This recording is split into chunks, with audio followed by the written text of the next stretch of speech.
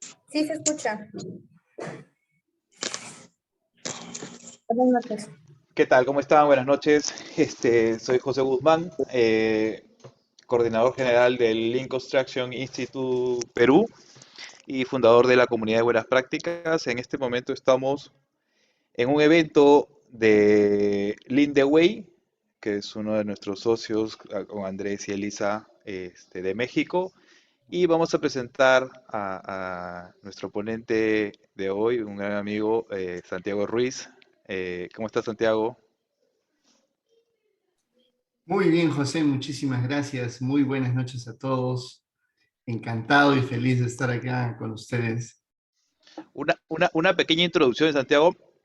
Santiago es uno de los fundadores acá en Perú en 2011 del Lean Construction Institute. Él es instructor avanzado, es ejecutivo especializado en gestión de proyectos Lean orientados a la transformación, a transformar la industria de la ingeniería y la construcción. Es ingeniero civil con experiencia en gestión de proyectos, consultoría e implementación, siempre aplicado a Lean, ¿no? Y en el diseño. ¿Qué tal, Santiago? ¿Cómo estás? No sé si algo se Mu- me ha obviado. No, muchísimas gracias, José. Encantadísimo, feliz de estar acá. Un practicante más de esta maravillosa forma de hacer los proyectos de construcción y feliz de poder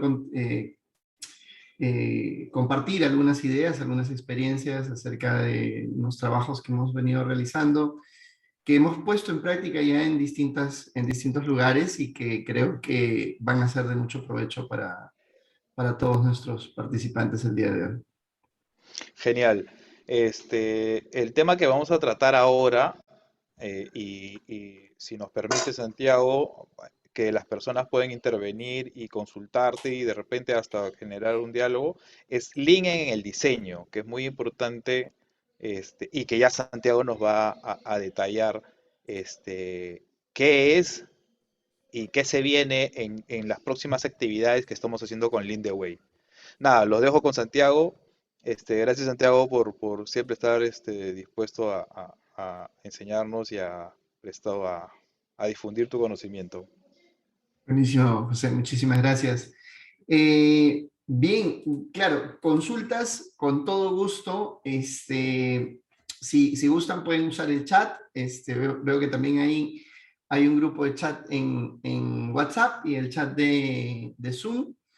Y también pues pueden levantar la mano y pueden interrumpirme en algún momento para hacer alguna consulta, una duda o quisieran que aclare algún punto que haya comentado en la sesión del día de hoy. Eh, Como a manera de introducción, eh, quiero contarles un poquito una pequeña historia que me ocurrió a mí cuando yo empecé a trabajar en proyectos de construcción. Yo salí de la universidad ya hace algún tiempo atrás, no quise decir bastante, pero hace algún tiempo atrás.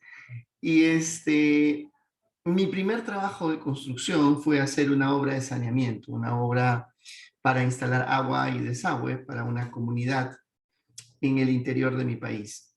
Y en esta comunidad, las personas, eh, algo tan básico como era abrir el caño, ir al baño todos los días, abrir el caño y que salga agua, no era una realidad. Estas personas literalmente tenían que caminar aproximadamente entre 45 minutos y una hora hasta un arroyo más cercano, a uno de los arroyos que estaban cerca, y de ahí recogían agua y regresaban a sus casas tratando de mantener el agua el mayor tiempo posible. Eh, entonces, este proyecto que me tocó participar, yo era todavía un muchacho que recién había empezado en el mundo de la construcción, deseoso de poder aplicar todo lo que sabía en la universidad, todo lo que había aprendido en la universidad. No me había dado cuenta del impacto que tiene la construcción en la vida de las personas.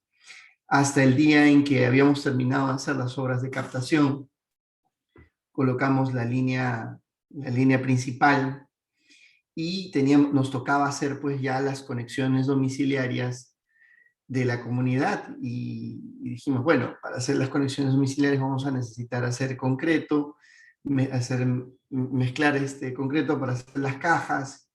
Pongamos pues ya no estemos trayendo cilindros de agua, pongamos un cañito ahí en la plaza para que podamos hacer el trabajo de una mejor manera. Y ese día pusimos el caño, abrimos el caño, salió agua y la gente lo vio y literalmente pues hubo como una especie de fiesta patronal, ¿no?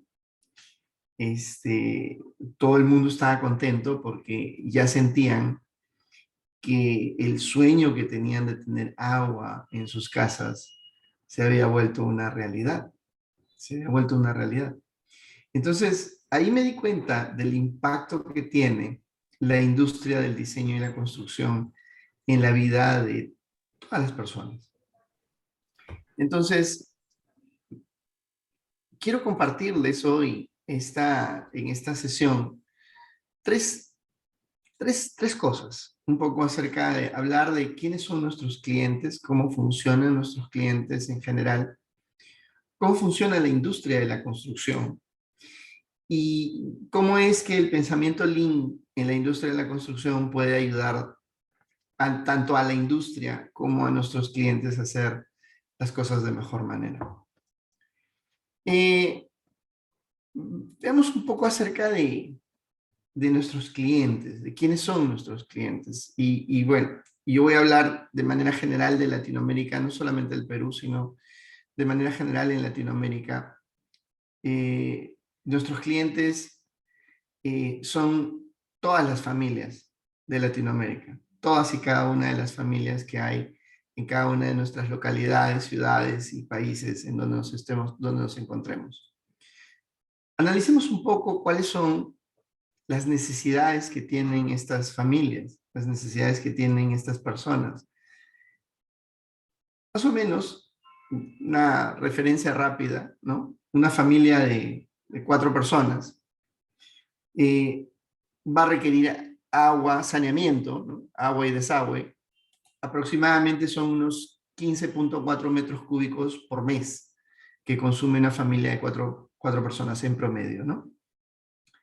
A nivel de salud, va a necesitar por lo menos un chequeo anual por cada uno de los habitantes, por cada uno de los integrantes de la familia.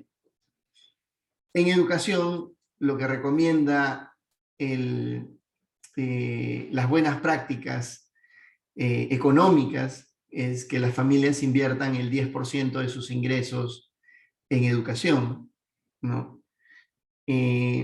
A nivel de alimentos, deben consumir pues las personas entre 4 y 5 kilocalorías diarias. A nivel de vivienda, una familia de 4 personas como mínimo necesita entre 60 y 90 metros cuadrados de vivienda. A nivel de transporte, por lo general las personas se transportan en promedio entre 1 y 3 horas diarias, ¿no? Por cada uno de los miembros de la familia. A nivel de energía, necesitan aproximadamente unos 152 kilowatts por mes de energía que deben consumir.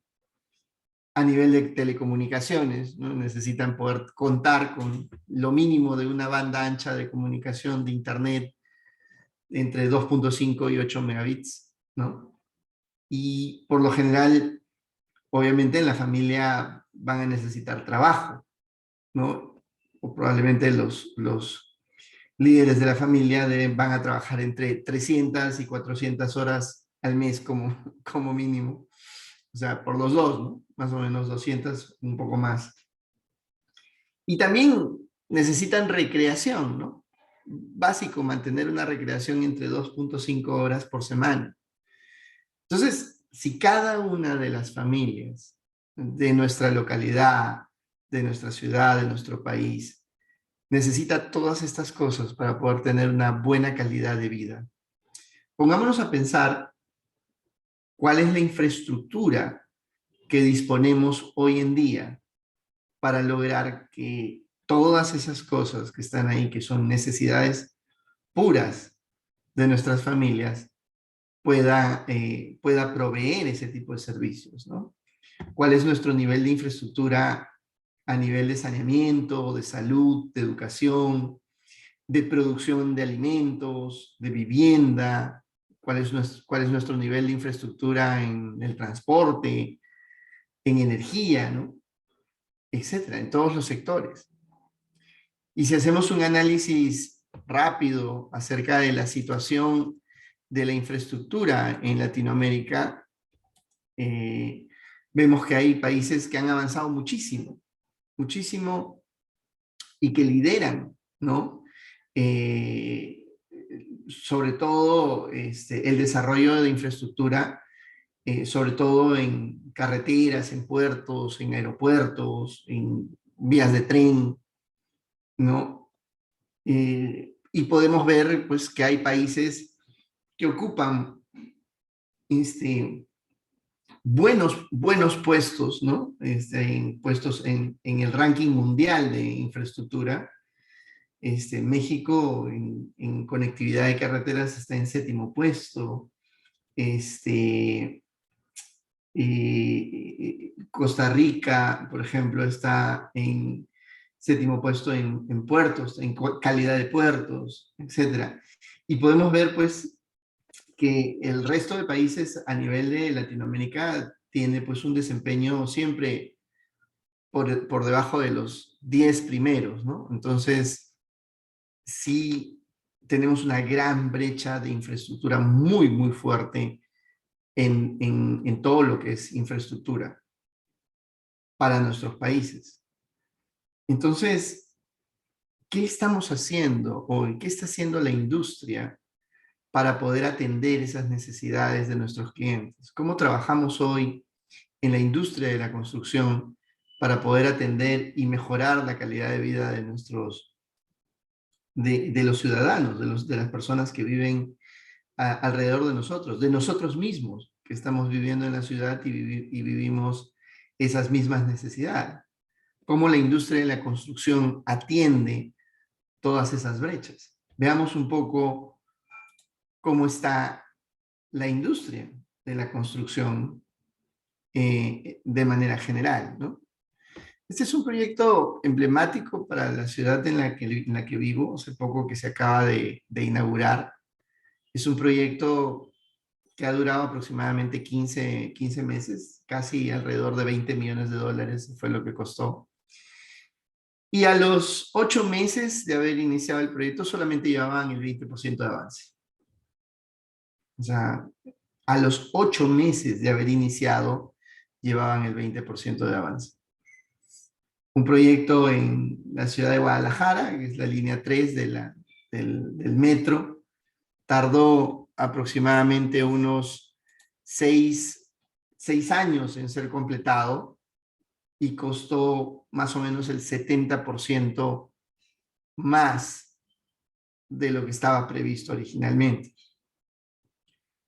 Y este es un episodio triste y lamentable en la industria de la construcción en mi ciudad, cuando, producto de las lluvias, de la creciente del río, un puente que había sido inaugurado como emblemático para la ciudad, emblemático para la conectividad, se cayó. Se cayó, afectando, pues, la transitabilidad de las personas que viven en esa localidad. Entonces, también vivimos en una industria en la cual hay muchísimos accidentes, ¿no? De los más de 1.500 incidentes que se reportan al año, 18 son fatales. Vivimos en una industria con atrasos de plazo, ¿no? Con sobrecostos, con problemas de calidad. ¿Y dónde parte todos estos problemas? Pues parten desde que diseñamos el proyecto. Hoy usamos elementos de diseño, planos, para transmitir ideas, en los cuales esas ideas documentadas son enviadas por correo, ¿no? Y con esa información se toman decisiones para construir los proyectos. Con esas decisiones se compran materiales, se planifica la ejecución y se inicia un proceso de producción, un proceso de construcción que es completamente artesanal. En muchos casos, trabajamos con una intensidad de mano de obra increíble, ¿no? Donde los procesos productivos, los procesos constructivos, se diseñan específicamente para esos proyectos o para esas actividades dentro del proyecto. Y esto ocurre porque vivimos en una industria en la cual los clientes, aquellos que tienen la necesidad de qué es lo que necesitan, puede ser una familia, puede ser una empresa, puede ser el mismo gobierno, contrata a un especialista, ¿no? Un especialista que le va a decir qué es lo que necesita, ¿no? ¿Qué proyecto es el que debe tener, ¿no? Debe conocer exactamente muy bien las necesidades del cliente y plasmar en un documento, en unos documentos técnicos, esas decisiones que van a resolver las necesidades de los clientes. Y con esos documentos técnicos, pues, tiene que conseguir permisos. Permisos que sirvan para que funcione el proyecto o para que se inicie la construcción del proyecto. Una vez que se pueden lograr esos permisos, lo que se tiene es que se llama un constructor, y ese constructor va a identificar los materiales que se tienen que utilizar, el proceso productivo en el que se va a realizar, y va a transformar esos materiales en el producto terminado para entregárselo al cliente. Y ese proceso se construye a lo largo de ese proceso unas barreras entre el cliente, el diseñador y el constructor. Unas barreras que establecen básicamente la forma en cómo estas entidades tienen que comunicarse, tienen que interactuar, y esas barreras son los contratos con los cuales gestionamos estos proyectos. Por ejemplo, ¿no? El contrato típico para el diseño de un proyecto, que puede ser con más o menos diferencias, se busca plantear, diciéndole al diseñador, se busca contratar a un diseñador y se le paga por metro cuadrado o por horas hombre, ¿no? Hay dos modalidades que se utilizan por lo general para pagar el diseño, ¿no? Por metro cuadrado o por hora hombre. Y se le dice, bueno, ok, te vamos a pagar esta cantidad de dinero para que nos entregues el diseño del proyecto, ¿no? El 100% del diseño del proyecto. Y te vamos a pagar el 50% cuando tengas un anteproyecto, ¿no? Una idea básica que nos haga sentido, ¿no? 30% cuando el proyecto esté completo, esté terminado, y el último 20% cuando nos entreguen los permisos y las licencias, ¿no? Entonces el diseñador, con esa información, le dicen, ok, ¿qué diseño tengo que realizar? Bueno, un diseño rápido, que le guste al cliente, ¿no? Y que no sea observado por las entidades que emitan los permisos, ¿no? No le he pedido un diseño eficiente, ¿no? Tampoco le he dicho que el diseño debe estar dentro del presupuesto del del cliente. Tampoco le ha dicho que sea un diseño que una vez entregado sea fácil de operar y de mantener. Me han dicho, entrégame unos planos, ¿no? Que sean rápidos y que me permitan tener la licencia. Entonces el diseñador, por lo general, se compromete a entregar un plano y ese plano, bien o mal, puede o no puede estar relacionado con lo que se va a entregar al final, ¿no? Pero ya el diseñador entregó su trabajo y se va a hacer otra cosa, ¿no? Entonces, cuando el constructor recibe ese plano, recibe esa información, lo primero que evalúa es, ok, vamos a comprar los materiales que dice en este plano. Sale al mercado, ¿no? Sale a comprar. ¿Y qué sucede? Se encuentra con que hay una crisis mundial, hay una pandemia, hay guerra, hay problemas logísticos, y algunos de los materiales que indicaban en ese plano no están disponibles. Demoran demasiado o tienen un costo muy elevado, ¿no? Entonces, se empiezan a hacer consultas, si se puede cambiar algunas especificaciones, ¿no? Si se puede cambiar algunos detalles que permitan que el proyecto sea viable, ¿no? Y el diseñador en ese momento, cuando recibe esas consultas, muy probablemente está haciendo otra cosa, porque ya está trabajando en otro proyecto. Entonces, cuando recibe la consulta, simplemente la consulta tiene que esperar a que el diseñador termine de hacer lo que esté haciendo, y cuando tenga un poco de tiempo libre, analiza la consulta que le hicieron y responde, ¿no? Diciendo como, bueno, yo ya terminé este proyecto, si no encuentras el material,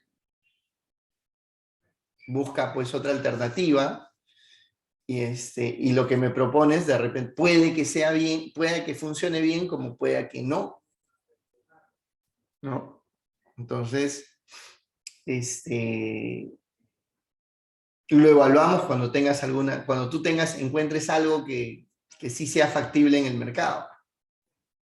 Otra vez regresa la consulta al constructor, el constructor revisa la consulta diciendo, bueno, te había pedido que me sugieras algo, una alternativa, y ahora me pides que yo te envíe las alternativas para que la evalúes. Ok, buscamos en el mercado alternativas, se la lanzamos al diseñador, el diseñador revisa las alternativas y escoge de repente alguna, ¿no? Que se las devuelve al constructor, y el constructor con eso empieza su proceso de compra. ¿Cuánto tiempo ha pasado desde ese proceso?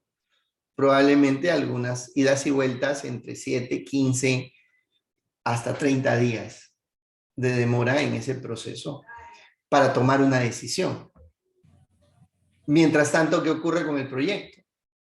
El proyecto está esperando, ¿no? El cliente está esperando que el proyecto inicie.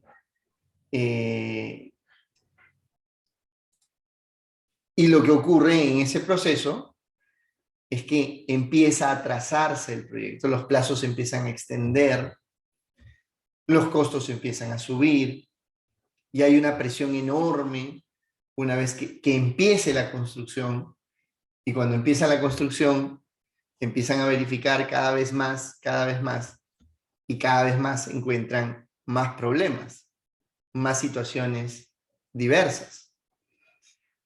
Entonces, lo que ocurre normalmente es que el cliente espera, cuando contrata un proyecto de construcción, espera que suceda lo siguiente, ¿no? Espera que contrate a alguien para que decida qué es lo que se va a construir, y luego alguien le va a decir cómo se va a construir, ¿no? Y es un proceso lineal en el cual me va a llevar a la meta, que es estar claro en qué voy a hacer y cómo lo voy a hacer. Pero la realidad es muy compleja, porque puedo tomar una decisión acerca de lo que se va a construir que impacta en cómo se va a construir. Si decido cambiar el diseño y decir, vamos a usar un prefabricado, probablemente cambia alguna modularización que se va a utilizar en el proyecto. Si decido cambiar algún tipo de material, también va a impactar en cómo se va a ejecutar ese material. Por ejemplo, una estructura metálica, ¿no? Si tengo una estructura metálica que es de alma llena, ¿no?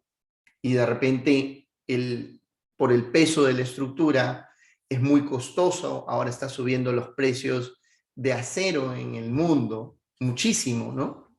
Entonces se busca cambiar el diseño a una estructura más ligera. Una buena alternativa es hacer un tijeral de estructura metálica. Los tijerales, por lo general, van a ser más livianos. Sin embargo, el hacer un tijeral requiere más cortes, más soldaduras, mayor desperdicio de pintura, mayor desperdicio de arenado. Entonces impacta la decisión de qué voy a construir, va a impactar en el cómo lo voy a fabricar, cómo lo voy a trasladar, cómo lo voy a ensamblar en el proyecto. Entonces, las decisiones de qué se van a hacer y cómo se van a hacer las cosas no pueden estar desligadas. Y es más, cuando las separamos entre qué es lo que se va a construir y cómo se va a construir, lo que muchas veces ocurre es que el tiempo en el cual se toman esas decisiones se alarga enormemente. Por lo general, en la mayoría de los proyectos tenemos un proceso de comunicación, que es un proceso de comunicación documentado que le llamamos el RFI. En un estudio que hicimos hace mucho tiempo atrás acerca de las consultas que se hacían en los proyectos, analizamos en promedio unas 420 consultas por cada proyecto. Esas consultas equivalían más o menos a una consulta diaria. Una consulta diaria. Todos los días alguien emitía una consulta acerca del diseño. ¿Y de qué era lo que más consultaba el constructor sobre el diseño? Bueno, lo primero es, había 68% de consultas eran deficiencias en el diseño, cosas que se supone que tenían que estar ahí y no estaban. Claro, pues, le dijeron al diseñador, hazlo rápido, ¿no?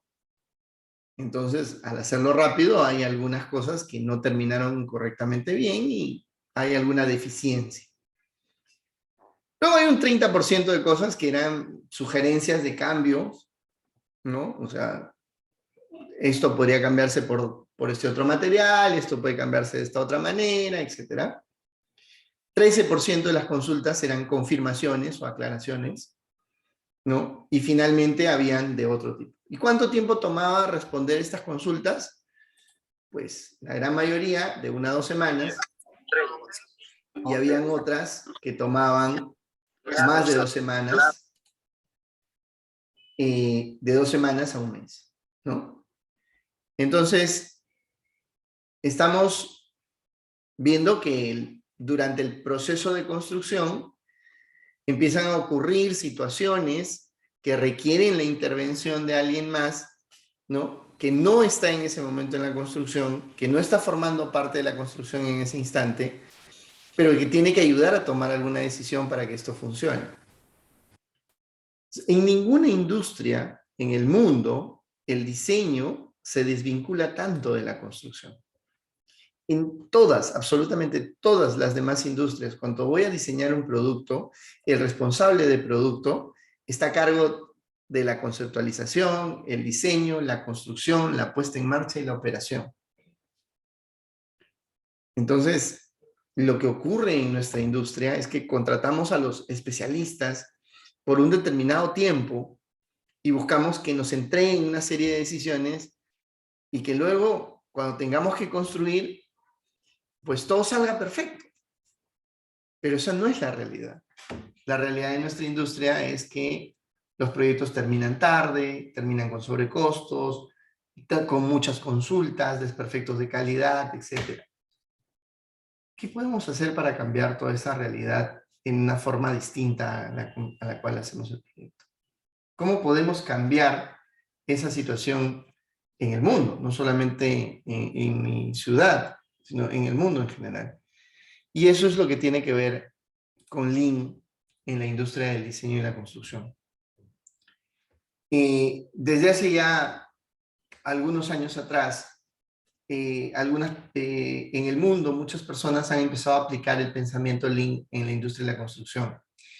Y aquellos que han podido aplicarlo con bastante intensidad han demostrado pues, que aplicar Lean en la industria de la construcción permite determinar que los proyectos tengan 3 veces más probabilidad de terminar dentro del plazo y 2 veces más probabilidad de terminar dentro del costo. O sea, lo podemos hacer, vamos a tener un proyecto con mejores resultados. ¿Y cómo funciona esto? Pues primero hay que cambiar algunos paradigmas de la gestión en los proyectos. Todo aquel que haya trabajado o haya utilizado ya Lean en la industria de la construcción sabe que la coordinación entre los constructores, entre las cuadrillas de trabajo, entre los proveedores, la distribución de materiales, la contratación de personal, los subcontratistas, necesita pues un nivel de coordinación muy, muy impecable. Entonces, al empezar a trabajar con Lean en la construcción, uno de los primeros desafíos es lograr esa buena coordinación entre los distintos involucrados.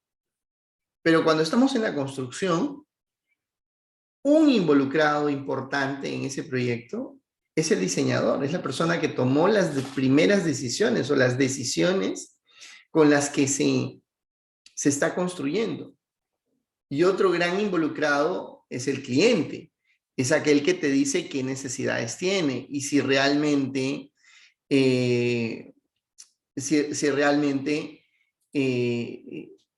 lo que tú has propuesto o lo que tú vas a construir atiende esas necesidades que tiene el cliente, ¿no? Por otro lado, tenemos el diseñar el sistema de producción, es decir, yo ya tengo claro qué cosa voy a construir porque tengo unos planos que me dicen qué es lo que tengo que hacer, pero ¿cómo lo voy a hacer? ¿Cómo voy a trabajar ese proyecto? ¿Qué recursos voy a utilizar? ¿Qué proceso constructivo voy a trabajar? Entonces, ese proceso de toma de decisiones también es parte del diseño. Les pongo un ejemplo muy sencillo. Cuando ustedes compran una caja de Legos, ¿no? En la caja de Legos no solamente vienen las fichitas de Legos, o cada uno de las piecitas de Lego, también viene una imagen en la que te dice cómo debe verse el producto final. No sé si has comprado pues algún Lego, no sé, de Star Wars o de lo que sea, te saldrá pues la estrella de la muerte o el halcón milenario, que es lo que vas a armar. Y luego te viene un manual, un pequeño manual, donde te dice paso a paso todo lo que tienes que hacer. Entonces, en ese producto está diseñado el producto final, que es lo que debes tener al final, las piezas que vas a utilizar, ¿no? Las partes que vas a utilizar y el paso a paso de cómo lo vas a construir.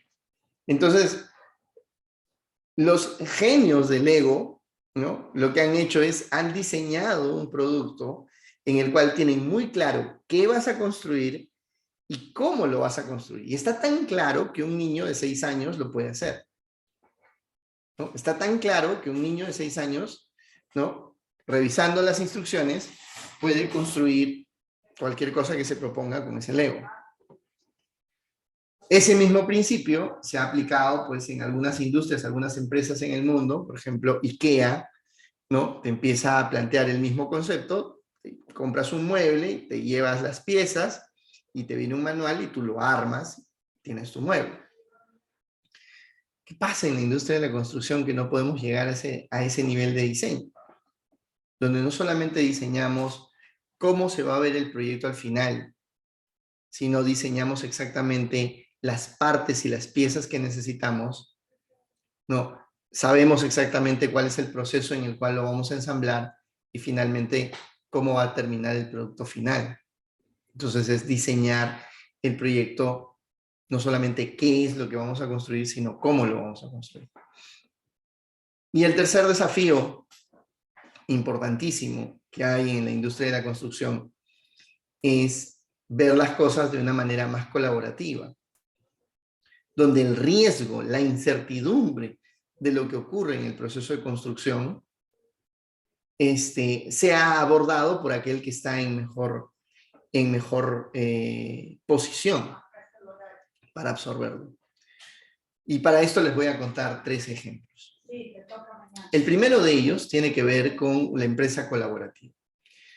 Yo hace poco estoy trabajando en un proyecto en el cual el cliente es una empresa importante de distribución logística en el mundo, ¿no? Y el proyecto involucra pues la fabricación de unas estructuras que están fabricadas en otro país, son trasladadas al país donde va a instalarse las estructuras, ¿no? Y finalmente nosotros hacemos toda la construcción. En ese proyecto, nosotros participamos en el diseño del proyecto, ¿no? En la fabricación de estos elementos, el transporte, ¿no? El abastecimiento de esos elementos y el ensamblaje de todas estas estructuras. Nos encontrábamos en una época muy difícil, ¿no? Donde los puertos están cerrados por la pandemia, los precios de los fletes están disparándose por todos lados. Entonces, y esta es una empresa, el cliente al cual estamos le vamos a construir este proyecto, es una importante empresa de distribución logística. Entonces, cuando empezamos a diseñar el proyecto, alertamos de uno de los principales riesgos que tenía este proyecto, era básicamente las importaciones. Todo el proceso de importación iba a ser muy complejo y eso podía atrasar el proyecto. Entonces el cliente dijo, mira, a ver, yo soy una empresa logística. Yo manejo el tema de importaciones en el día a día. Yo estoy en mejor posición de ocuparme de ese proceso de importación y tú ocúpate de lo que sabes hacer mejor, que es la fabricación y el ensamblaje. Entonces llegamos a un acuerdo porque había cierto nivel de confianza con este cliente. Llegamos a un acuerdo y efectivamente nos centramos mucho en el diseño y la fabricación de todas las partes y coordinamos de una manera muy cercana con el equipo de importaciones de esta empresa y ellos se encargaron de todo el proceso logístico. Como ya tenían negociaciones por volumen de todas las cosas que ellos importaban de distintos lugares en el mundo, entonces podían conseguir de una mejor manera la prioridad en los embarques, podían conseguir contenedores que de otra manera no estaban disponibles para todo el mundo. Entonces pudieron absorber un riesgo enorme del proyecto porque ellos estaban en mejor posición para poder manejar ese riesgo. Y nosotros nos encargamos, como empresa constructora, diseñadora y constructora, nos encargamos de diseñar el producto, de fabricar las partes, ¿no? Y de poder ensamblarlos correctamente. Entonces, ese fue un proceso, un proyecto entre propietario, diseñador y constructor. Nos pusimos de acuerdo para lograr que el proyecto salga adelante, ¿no? Compartiendo riesgos, de cierta manera, haciendo que el proyecto sea viable a pesar de una coyuntura compleja. Entonces, a eso le llamamos nosotros el proyecto como una empresa colaborativa, donde los dos involucrados, los 2 o 3 involucrados importantes en el proyecto, ¿no? Dejan al lado pues los objetivos individuales que tiene cada uno y ponen por delante el proyecto y empezamos a trabajar juntos en lograr que ese proyecto salga adelante. El segundo ejemplo tiene que ver con el diseño del proceso constructivo, ¿no? Nos encontrábamos diseñando en otro proyecto, ¿no? un cuarto de máquinas, ¿no? Para un sistema de agua contra incendio. Entonces, en ese proyecto nos encontramos con un problema, ¿no? Una de las propuestas de diseño que teníamos involucraba pues que la bomba, ¿no? La bomba la bomba que se va a instalar para este sistema de agua contra incendio,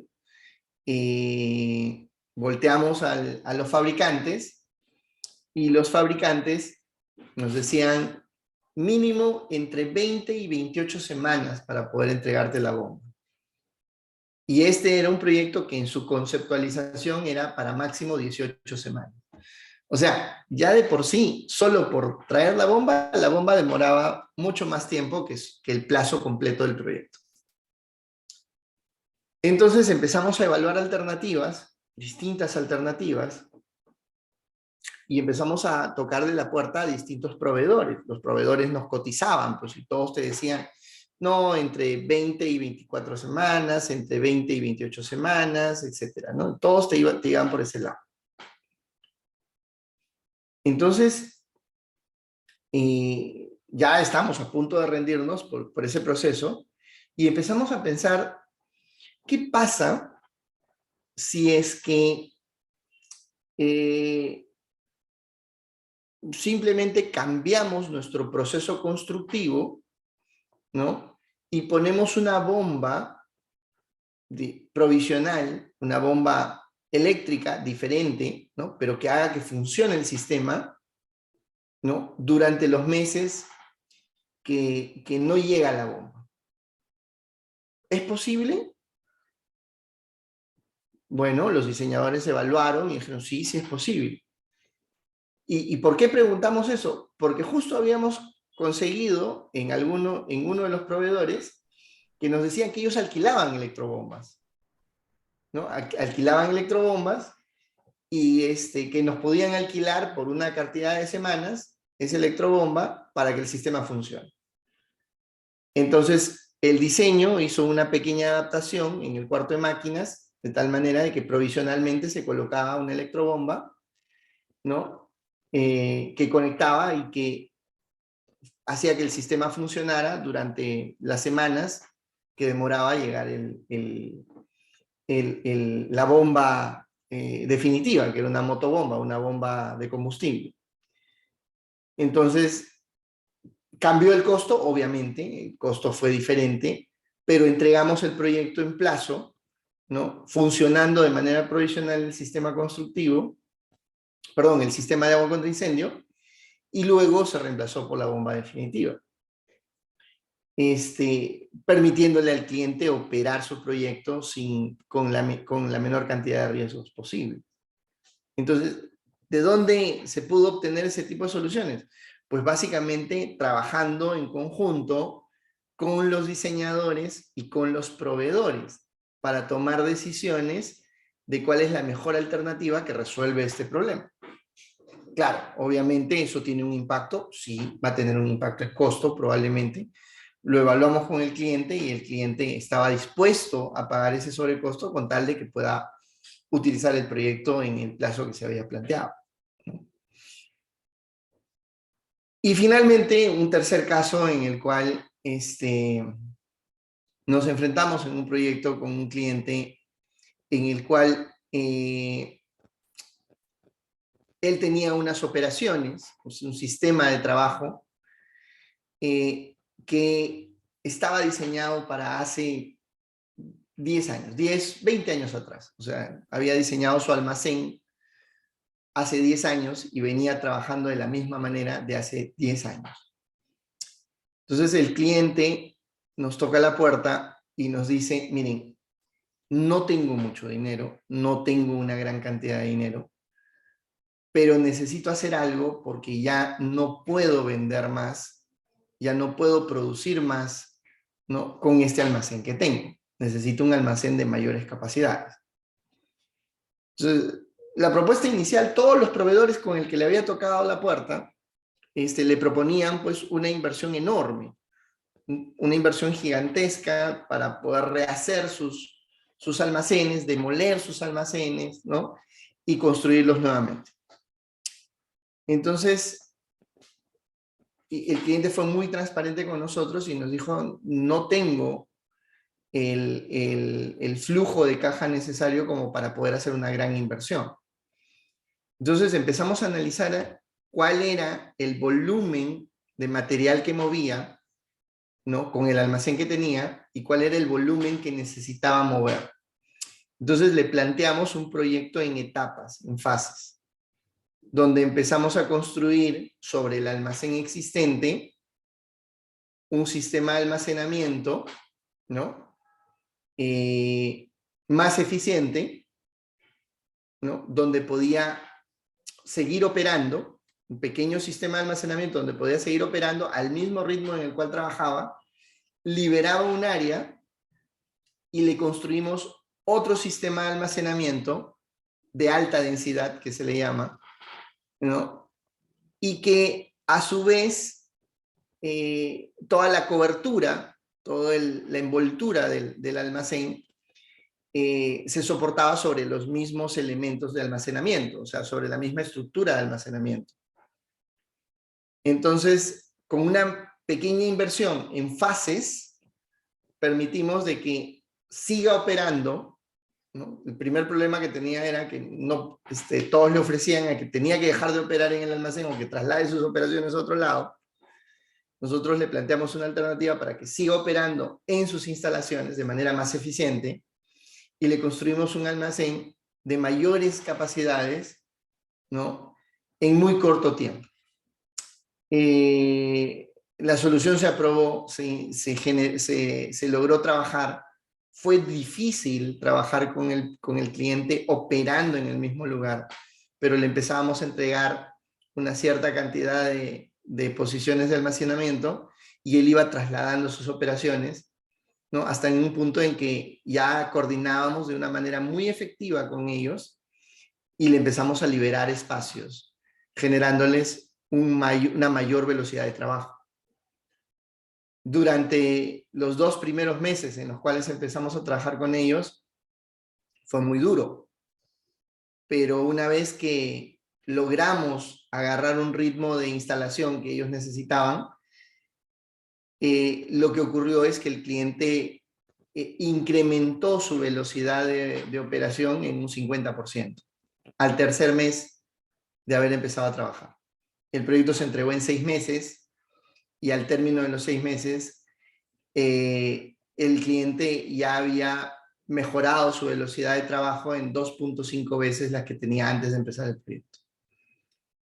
Entonces, proponer ideas de la mano con el cliente en función a lo que realmente necesita y cómo le ayudamos a hacer más fácil su proyecto, viene orientado de un proceso distinto de diseño, un proceso distinto de fabricación, un proceso distinto de construcción. Entonces, Lean es una manera distinta de pensar, es una manera distinta de plantear soluciones a los proyectos a través de unos principios muy importantes. Respeto por las personas, reducir el desperdicio, generar valor, optimizar el todo, mejora continua y foco en el flujo y en los procesos. Cuando empezamos a aplicar esas ideas en la industria de la construcción, podemos generar mejores resultados. Entonces, cuando trabajamos en los proyectos, aplicando estas ideas, Lean en el diseño, tenemos algunas lecciones aprendidas importantes. La primera, entender qué es valor para el cliente, para poder lograr el mejor resultado posible. Lo segundo, tenemos que trabajar en equipos multidisciplinarios, donde hay que involucrar al diseñador, al constructor, al fabricante, al logístico, al transportista, a los distintos partícipes del proceso para lograr que el proyecto salga correctamente. Tenemos que establecer una estrategia basada en conjuntos de diseño, en conjuntos de trabajo que permitan maximizar el valor y minimizar los desperdicios. Minimizar las iteraciones negativas, esas pérdidas de tiempo que se tienen en consultas a través de largos procesos de consulta y respuesta. tenemos que hacerlos más eficientes. La tecnología nos puede ayudar para eso. Y finalmente, tecnologías que faciliten el diseño, que permitan evaluar múltiples alternativas con mínimos esfuerzos, comunicarnos en tiempo real, hacer mejor coordinación a través de la telepresencia, etc. Entonces, hoy en día, todas estas ideas las vamos a desarrollar en profundidad en una serie de eventos y cursos que tenemos a través del INDEWAY, y por lo que los invito a todos a que sigan conectados a estas redes para que tengan más información y que puedan participar y que puedan seguir aprendiendo en cómo poder mejorar nuestros proyectos en cada día. Bien, eso era lo que tenía para ustedes. Muchísimas gracias. No sé si tienen alguna duda, alguna pregunta, consultas. No sé si por el chat te han pasado, José, alguna pregunta. Encantado de poder responderlas. No, no, no tengo ninguna consulta, pero si gustan pueden alzar la mano para darles acceso para que puedan dialogar con Santiago. ¿Tienen alguna consulta?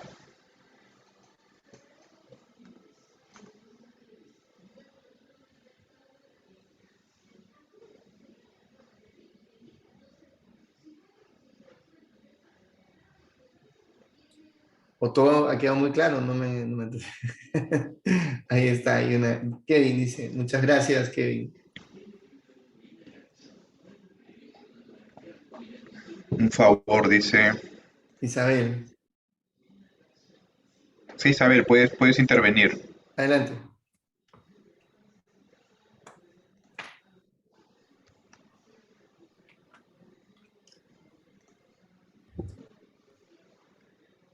Me parece que están escribiendo las consultas en el chat. ¿Qué relación tiene BIM con Lean? A ver, yo en la primera vez en el 2011, soy un entusiasta del uso de BIM en general. Es más, desde hace mucho tiempo, desde que estaba en la universidad, me gustaban muchísimo los juegos de estrategia, me acuerdo de estos juegos de estrategias, juegos donde simulabas cosas, ¿no? Y yo decía, debería haber una simulación de la construcción, entonces quería trabajar en eso, en simular cómo se va a hacer la construcción de una forma más eficiente. Y en el 2011 comprendí que en el mundo se estaba utilizando ya BIM, y el significado de BIM, ¿no? BIM significa construir dos veces. Una en un entorno virtual donde puedes simular todo lo que tengas que simular para equivocarte y aprender, ¿no? Y para que cuando lo construyas realmente no te equivoques, elimines desperdicios.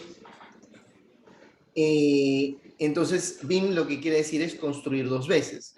Entonces, uno de los principios de Lean es minimiza desperdicios, ¿no? Entonces, el concepto de BIM es construye dos veces, equivócate rápido y barato, ¿no? Y el otro es reduce los desperdicios, entonces elimina los desperdicios. Para mí el mejor punto de conexión que hay en ambos mundos, entre BIM y Lean, y funcionan de una maravillosa manera juntos, es que nos enfocamos con BIM a diseñar el producto, el qué y cómo, ¿no? En un entorno virtual, en un entorno donde podamos tomar decisiones con datos, con información, para que pueda construirse de manera real con la menor cantidad de desperdicios posible, ¿no? Ahora, hay muchas cosas alrededor de todo eso, pero ese es el mejor punto en el cual coincido en que pueda funcionar como integración.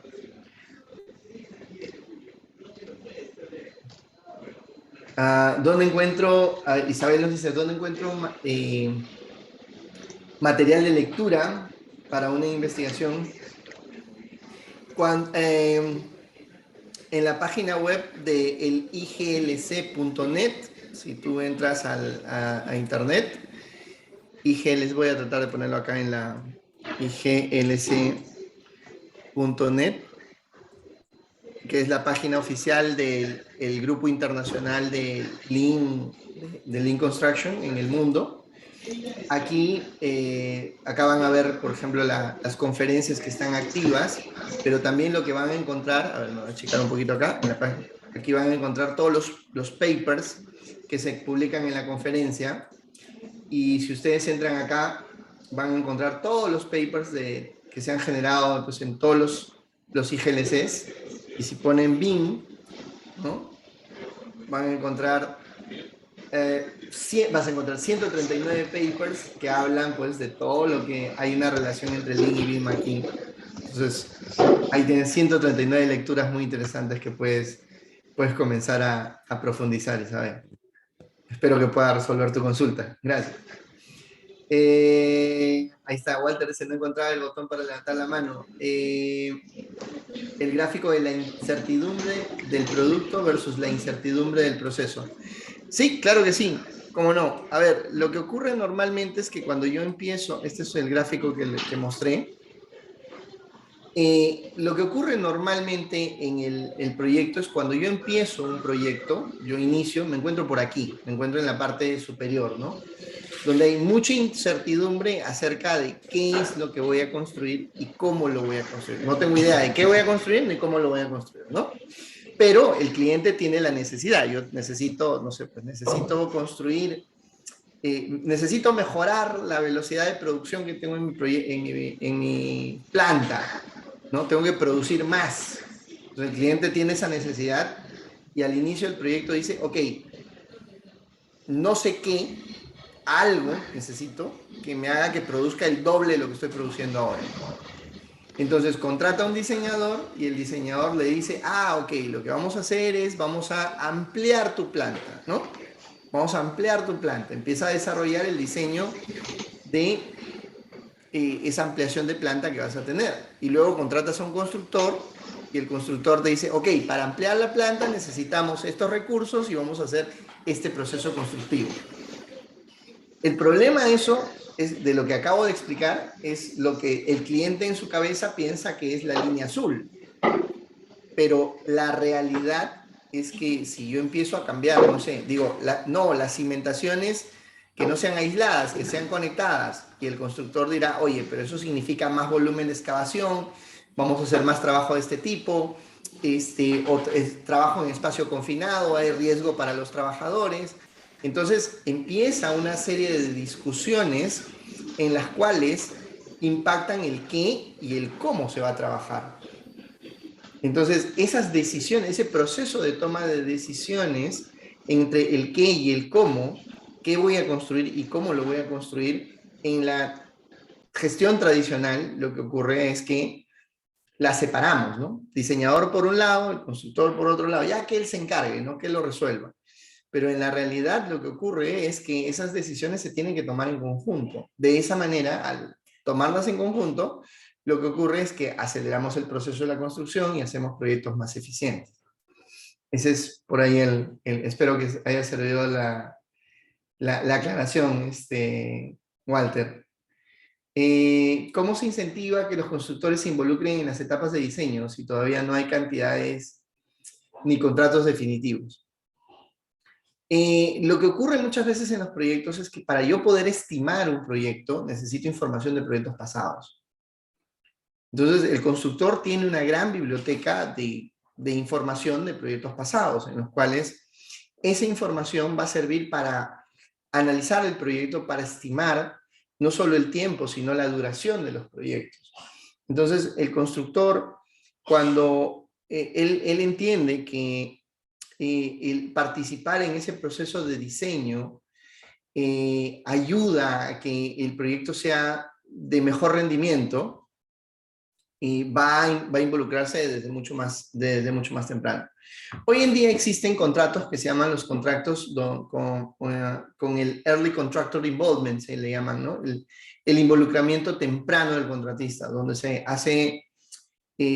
elige a un contratista sin cerrar un presupuesto de costo del proyecto, ni un costo, ni un plazo. Se le contrata para participar en las sesiones de trabajo en el diseño, y es más, a veces se contratan a 2 o 3 constructores que participan en el proceso de diseño. Muchas veces algunos lo hacen hasta gratis, ¿no? Participan en ese diseño, para que se involucren desde etapas tempranas, analicen el proyecto y que puedan presentar una mejor oferta de licitación, si es que van a licitar.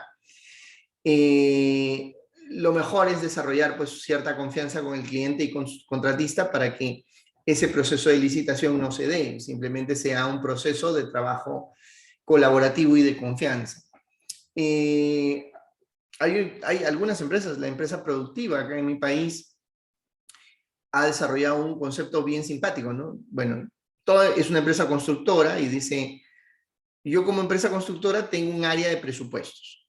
Esa área de presupuestos más o menos presupuesta 20 proyectos al año y me cuesta una cantidad de plata al año. De esos 20 presupuestos que hace al año, gana 5, ¿no? Y estoy dedicándole cierto tiempo, horas de trabajo a esos 5 proyectos que voy a ganar.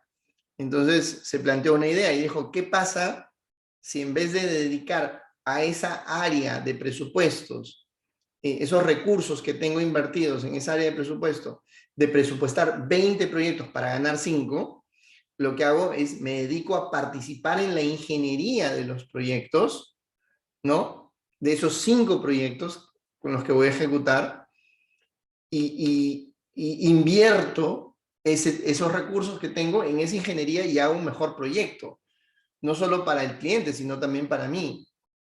Entonces, logro trabajar de una manera distinta. Entonces, bajo esa modalidad, hoy en día esta empresa está trabajando muy buenos resultados, ¿no? Muy buenos resultados.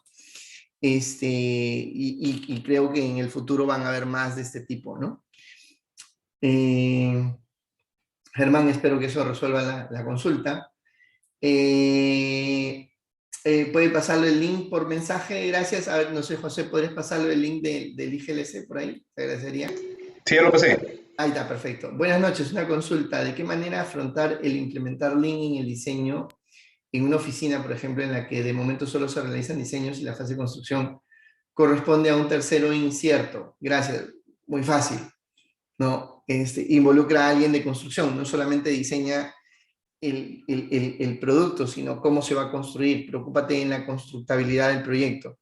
En la medida de que tú entregues diseños que sean cada vez más construibles, más fáciles de construir, con mejor información para construir el proyecto, va a ser más eficiente. Yo en uno de mis primeros trabajos de proyectos, uno de mis primeros trabajos en oficina, en diseño, fue una empresa donde nosotros diseñábamos viviendas. Y lo que ocurría en ese entonces era que diseñábamos una vivienda cada 3 días, ¿no? O sea, todo el equipo se encontraba y se dedicaba a desarrollar una vivienda cada 3 días. Estoy hablando de hace 20 años atrás casi.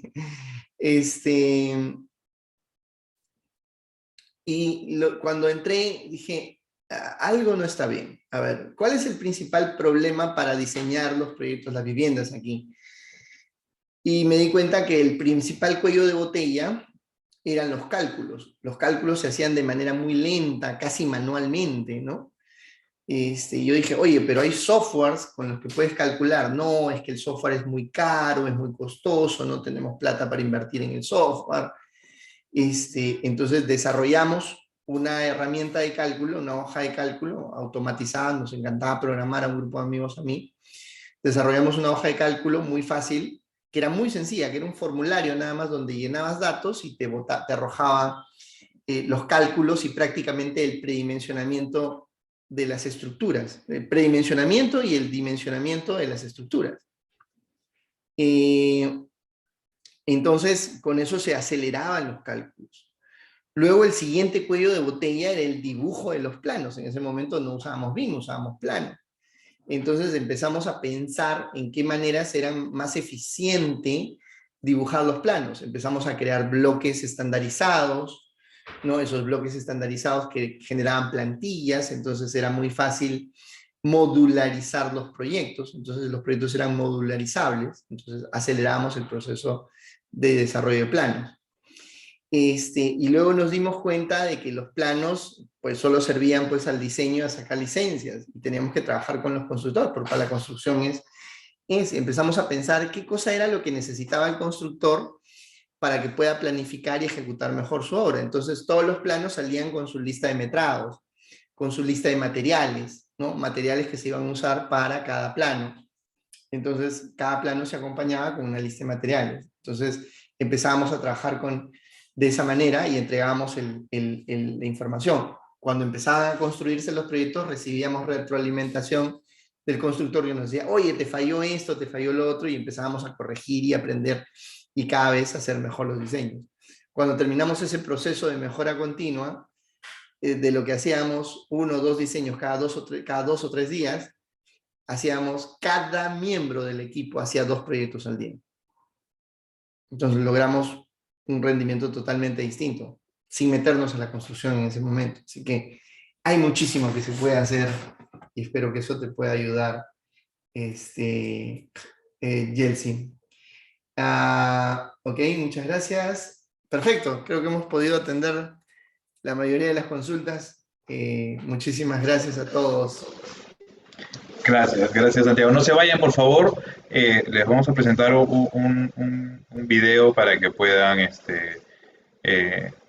llegar a ser parte de este evento. Lo dejo con Ana. Gracias, Santiago.